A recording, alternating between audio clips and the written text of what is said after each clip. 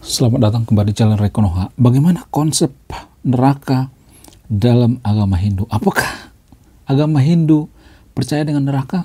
Khususnya agama Hindu yang ada di Bali ya. Jadi simpelnya dalam agama Hindu Bali, konsep neraka dikenal dengan istilah naraka yang merupakan tempat hukuman sementara bagi jiwa atau biasa disebut dengan atma yang melakukan perbuatan jahat ya, karena berbuat buruk atau dosa dan semacamnya. Konsep ini berbeda dengan neraka dalam agama Abrahamik ya. Agama Abrahamik itu seperti agama Kristen, agama Yahudi dan lain sebagainya. Karena dalam agama Hindu Bali, neraka bukanlah tempat penyiksaan abadi ya, tapi melainkan fase pembersihan sebelum jiwa bereinkarnasi atau mencapai moksa. Jadi itu artinya neraka dalam agama Hindu itu tidak abadi ya. Ini berbeda dengan agama Abrahamik atau agama Samawi ya. Jadi saya bisa menyimpulkan atau mengambil benang merah, ternyata agama Hindu itu tidak berorientasi pada penghukuman. Bayangkan ya, di neraka sekalipun ya, neraka agama Hindu tidak dihukum abadi. Wow, luar biasa. Jadi itu artinya agama Hindu Bali ini bukan agama pendendam, bukan agama penghukum ya, bukan agama yang suka menghakimi ya. Bahkan di neraka sekalipun masih ada tempat untuk ya, untuk bertobat ya. Jadi menurut saya ini mind blowing banget ya agama Hindu Bali ini. Wow. Ketika saya mempelajari agama Hindu ya, jadi sebenarnya semua agama saya pelajari, agama Buddha saya pelajari, agama Hindu saya pelajari, agama Kristen saya pelajari, agama Muslim saya pelajari, semua agama yang ada di Konoha saya pelajari. Mungkin nanti yang nonton video ini berpikir, kok kurang kerjaan banget ya belajar semua agama. Nah justru di situ ya, saya menemukan beberapa letupan-letupan intelijensi ya. Ada ilmu-ilmu baru yang tidak saya dapatkan dari pemuka agama manapun. Karena biasanya ya, nggak semuanya, tapi pemuka agama itu hanya membahas satu agama. Sementara kita bahas berbagai agama ya. Jadi lintas agama. Dan saya menemukan dalam agama Hindu Bali ini sesuatu yang sangat-sangat luar biasa ya. Agama Hindu Bali ini bukan agama Hindu penghukum ya. Dikit-dikit masuk neraka, bukan seperti itu ya. Dan ya, istilah neraka pertama kali itu ternyata dalam agama Hindu ya, yaitu naraka. Biasa disebut dengan neraka. Sangat mirip dengan bahasa Indonesia. Kemudian bagaimana konsep neraka dalam agama Hindu Bali? Yang pertama itu ya, sebagai tempat penyucian, penebusan dosa atau jiwa yang memiliki karma buruk. Karma itu ada dua ya, ada karma baik, ada karma buruk. Jiwa akan mengalami penderitaan sesuai dengan jenis dosa yang diperbuat. Akan tetapi setelah selesai menjalani hukuman ya, jiwa dapat terlahir kembali atau menuju alam yang lebih tinggi ya. Jadi kita masuk ke fase macam-macam neraka atau neraka dalam tradisi Hindu Bali ya. Terdapat berbagai jenis neraka yang disebutkan dalam lontar-lontar seperti lontar Purwagama atau Bima Swarga dan lain sebagainya. Yang pertama ya, neraka untuk pencuri dan perampok. Jadi para koruptor ya dalam agama Hindu Bali itu nanti masuknya ke neraka keras Raurava. Wow. Jadi mungkin ini alasannya ya, kenapa orang-orang Bali itu, nggak semuanya tapi ya, saya melihat orang-orang Bali itu sangat-sangat jujur ya, tidak terlalu suka yang namanya berbohong ya. Bahkan ya, di video sebelumnya saya udah bahas ini. Kalau ada truk terguling di Bali, bayangkan truk terguling di Bali itu tidak pernah dijarah, nggak pernah dijarah. Nggak seperti di belahan bumi lain gitu, seperti di Wakanda atau di Konoha.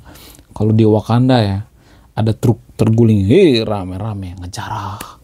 Bodoh amat, ada yang bawa kasur, ada yang ngejarah. Buah, cuman buah doang ya, buah dijarah. Ngaco. Kalau Konoha mah ada saja ya. Banyak tuh videonya di sosial media beredar ya. Sebenarnya sudah dari dulu sih warga Konoha itu suka menjarah ya. Sebagian tapi ya, nggak semuanya. Ya.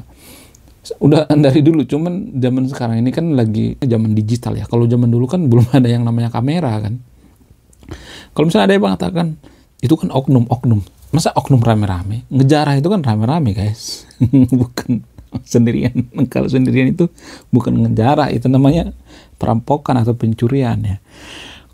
Di video sebelumnya ada yang mengatakan, Bang, apakah ajaran agama itu mempengaruhi pola pikir seseorang ya? Kalau misalnya ada orang ngejarah dan lain sebagainya, apakah ini dipengaruhi oleh agama?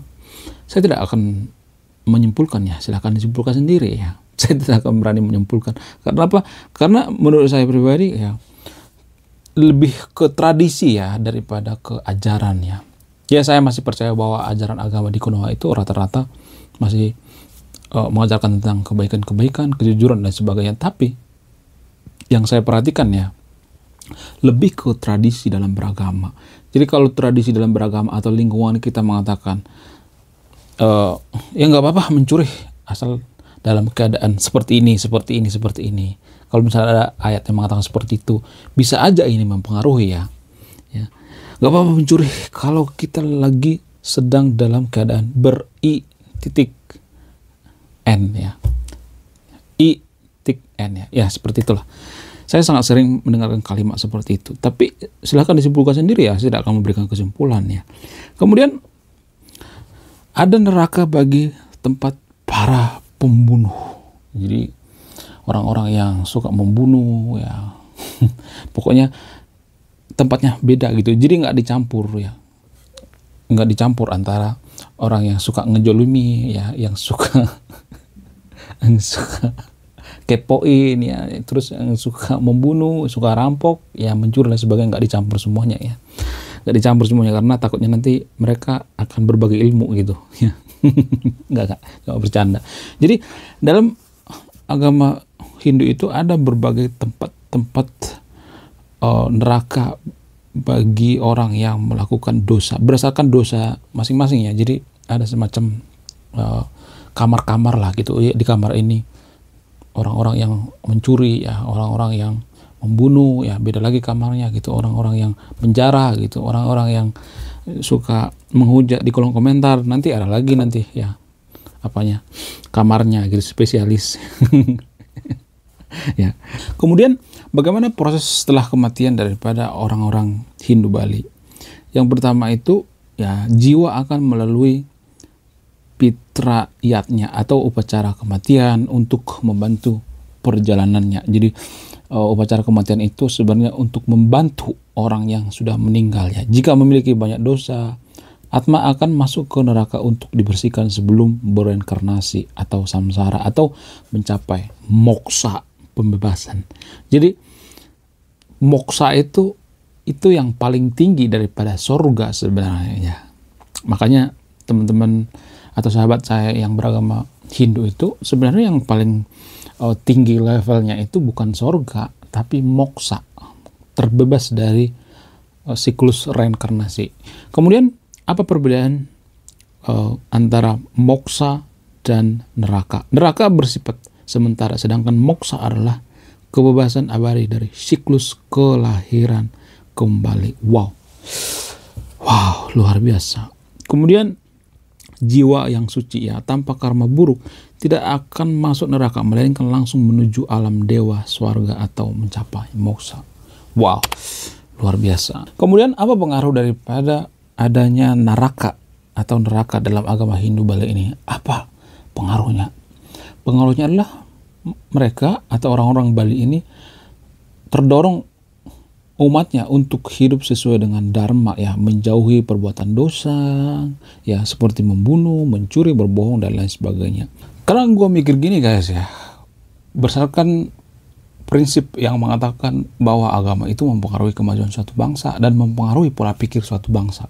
Banyak keputusan kita sehari-hari itu berdasarkan aturan agama dan lain sebagainya. Jadi itu artinya terbukti orang Bali ya, yang saya tahu itu adalah orang Bali tidak pernah yang namanya menjarah gitu, jujur dan lain sebagainya. Jadi kadang saya berpikir ini mungkin pikiran liar saya ya, boleh dibantah, boleh tidak. Dan ini pun terjadi di Konoha ya, bukan di Indonesia ya, karena orang Indonesia itu anti kritik ya. Ini hanya di Konoha. Kadang saya berpikir seperti ini. Seperti yang kita ketahui bersama bahwa agama Sunda Wiwitan dengan agama Hindu Bali itu sebenarnya nggak terlalu jauh beda ya, saya perhatikan ya. Ada sih perbedaannya, tapi secara overall ya saya perhatikan agama Hindu dengan agama Sunda Wiwitan itu ada persamaan yang sangat signifikan, Apa itu? Yaitu berbuat baik. Dalam agama Hindu ya, agama Hindu berorientasi pada perbuatan baik, berbuat baik dan berbuat baik. Sama seperti agama Sunda Wiwitan misalnya. Agama Sunda Wiwitan juga mengatakan ya, kita harus berbuat baik terhadap manusia, terhadap alam ya. Itulah alasannya kenapa orang Sunda Wiwitan itu sangat menjaga yang namanya alam. Tidak mau merusak yang namanya alam. Bahkan kitab suci agama Sunda Wiwitan itu adalah berbuat baik. Bayangkan ya. Tidak ada satupun saya menemukan sebuah kitab suci yang berorientasi pada kebaikan-kebaikan, yaitu berbuat baik. Jadi ini pikiran liar saya mungkin ya. Kalau misalnya di Konoha itu mayoritas beragama Sunda Wiwitan atau agama Hindu Bali lah misalnya, agama lokal gitu, maka akan muncul pemimpin-pemimpin seperti misalnya Kang Deddy Mulyadi. Ya, jujur ya, saya sangat suka dengan kepemimpinan Kang Deddy Mulyadi. Ya, saya tidak mengatakan Kang Deddy Mulyadi atau KDM ini beragama Sunda Wiwitan. Enggak, saya tidak mengatakan seperti itu ya. Yang jelas KDM ini beragama Muslim. Tapi saya melihatnya banyak ya keputusan-keputusan daripada Kang Deddy Mulyadi ini dipengaruhi oleh apa? Budaya Sunda Wiwitan. Kenapa Kang Deddy Mulyadi saat di Bogor kemarin waktu terjadi banjir itu menangis ya, nangis beneran, bukan hanya acting ya. Saya bisa membedakan mana acting, mana nangis beneran ya. Menangis beneran karena apa? Karena merusak alam Bogor saat itu. Terjadi banjir. Jadi apa rujukan daripada Kang Deddy Mulyadi? Kalau saya bisa membaca pikiran daripada Kang Deddy Mulyadi, rujukannya adalah Sunda Wiwitan. Jadi Sunda Wiwitan itu tidak hanya agama, tapi juga budaya. Sama seperti agama Muslim misalnya. Agama Muslim itu kan menyatu sama budaya Barat. Agama Muslim itu menyatu dengan budaya Arab kan. Agama Sunda Wiwitan juga seperti itu ya. Antara budaya dengan agama Sunda Wiwitan itu menyatu. Atau seperti agama Yahudi. Agama Yahudi itu kan sama kan. Orang Yahudi menganut agama Yahudi dan itu juga budaya Yahudi. Jadi itu satu kesatuan. Sama seperti agama Sunda Wiwitan dengan agama Hindu Bali juga seperti itu ya. Agama Hindu Bali ya dengan budaya Hindu Bali itu sama, gak ada bedanya kan, satu kesatuan. Jadi sama seperti itu. Saya melihat Kang Deddy Mulyadi ini seseorang politisi yang berorientasi pada budaya Hindu Sunda Wiwitan ya. Koreksi saya kalau salah ya. Sangat berorientasi ya, bahkan mirip dengan ajaran Hindu Bali. Ya, jangan mengatakan bahwa Kang Deddy Mulyadi itu murtad ya, musyrik dan sebagainya. Jangan seperti itu ya. Kita menilai seseorang itu musyrik, murtad ya, atau keluar daripada ajaran agama itu kalau kelakuannya tidak baik ya, seperti mencuri, korupsi, itu baru namanya menistakan agama. Karena beliau ini sangat sering dikatakan menistakan agama. Jadi pikiran liar saya itu adalah kalau misalnya Konoha itu stay dengan ajaran leluhurnya, bisa saja ya. Konoha ini hanya Konoha ya, bukan Indonesia ya. Bisa saja Konoha itu akan melahirkan pemimpin-pemimpin seperti Kang Deddy Mulyadi. Menurut kalian gimana? Koreksi saya kalau salah ya. Itu mungkin hanya pikiran liar saya ya. Ini mungkin hanya imajinasi saya ya. Kalau kita stay dengan ajaran leluhur kita, mungkin akan seperti itu. Akan ada jutaan seperti Kang Deddy Mulyadi dari Sabang sampai Merauke di Konoha. Karena apa? Karena berdasarkan ajaran. Ajaran leluhur kita itu tidak pernah yang mengajarkan yang namanya perang, membenci agama lain, mempersekusi ya umat lain, nggak pernah seperti itu. Ya. Jadi kalau boleh jujur ya, saya harus minta maaf pada leluhur kita. Saya harus minta maaf pada leluhur kita. Karena apa? Karena kita sudah jauh meninggalkan ajaran-ajaran daripada leluhur kita. Sampah kita buang sembarangan di kali, padahal kali itu ya harus dijaga, sama seperti agama Sundawitan, agama Bali. Kenapa orang Bali atau Sundawitan itu ya seperti bukan menyembah berhala ya, seperti menyembah sungai, gunung dan lain sebagainya. Karena apa? Karena mereka menghargai yang namanya alam. Itu bentuk penghormatan mereka terhadap Tuhan. Jadi tidak sebaliknya ya. Di Konoha kan banyak orang mengatakan, oh Tuhan saya itu yang paling benar, Tuhan saya itu yang Maha Esa dan sebagainya. Padahal buang sampah berserakan. Jadi kita itu hanya beragama itu sebatas teori. Ya. Kita tuh menangnya itu di atas kertas, tidak di atas lapangan. Jadi saya harus minta maaf pada leluhur kita karena banyak warga Konoha itu sudah meninggalkan ajaran leluhurnya, bukan agama ya, tapi filosofi ya. Dan salah satu yang masih bertahan dengan filosofi agama Sundawitan atau budaya Sundawitan itu adalah Kang Deddy Mulyadi. Saya banyak belajar dari Kang Deddy Mulyadi. Kang Deddy Mulyadi mengatakan, orang yang menista agama itu adalah orang kaya yang ketawa terbahak-bahak, tapi lingkungannya banyak yang kelaparan. Orang yang tidak peduli dengan anak-anak yatim, orang yang tidak peduli dengan fakir miskin, orang yang korupsi padahal disumpah jabatan, itu adalah orang yang menistakan agama.